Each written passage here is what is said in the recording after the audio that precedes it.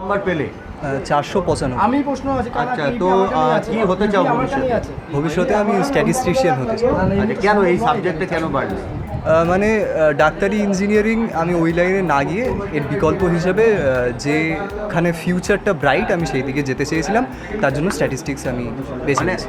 আচ্ছা, তো বাড়ি ছেড়ে ওইখানে করতে অসুবিধা হতো না?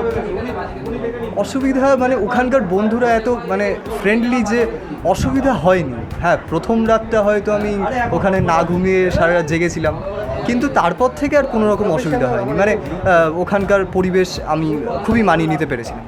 তো এই যে পশ্চিমবঙ্গের শিক্ষা এবং শিক্ষা ব্যবস্থা, কর্মসংস্থান এইসব নিয়ে মানে চিন্তিত তুমি? আমি বললাম আমি রাজনীতি সম্পর্কে মানে একটু অজ্ঞ, মানে খুব একটা খবর আমি রাখি না, তার জন্য আমি কোনো কমেন্ট করতে চাই না। আচ্ছা, তো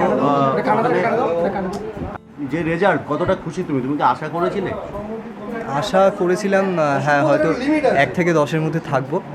দ্বিতীয় স্থান অধিকার করেছি, আমি খুবই আপ্লুত। আগে কোন স্কুলে পড়তে?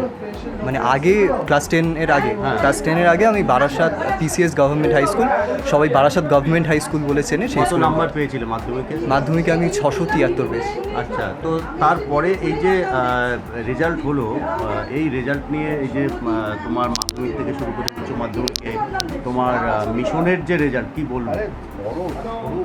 হ্যাঁ, মানে মিশনে ভর্তি হতে পেরে আমি গর্বিত ছিলাম। মিশন আমাকে অনেক কিছু দিয়েছে, একটা নতুন জীবন দিয়েছে আমাকে, যে মিশনকেও যে আমি কিছু একটা দিতে পারলাম দ্বিতীয় হয়ে, এতে আমি গর্বিত। কি হতে চাও আগামী দিনে? স্ট্যাটিস্টিশিয়ান বললামই আমি। হ্যাঁ, তো এই যে মানে ওখানকার শিক্ষকরা কতটা সাহায্য সহযোগিতা করে? যে কোনো মুহূর্তে সাহায্যের হাত বাড়িয়ে দিয়েছিলেন।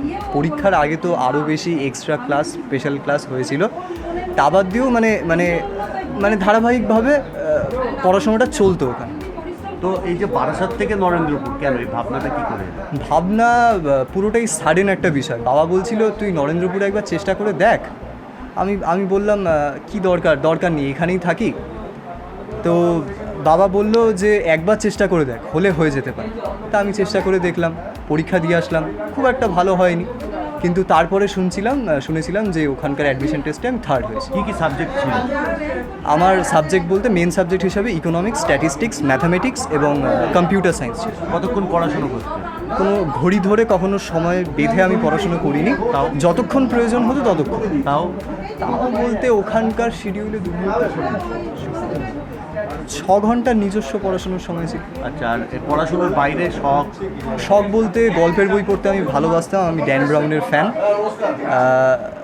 তা বাদ দিয়ে আমি আবৃত্তি করতে ভালোবাসি।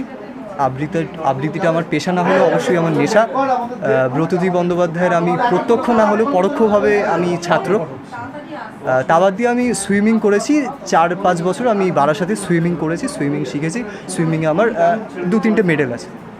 আচ্ছা, কি বলবে ভবিষ্যৎ এর পরের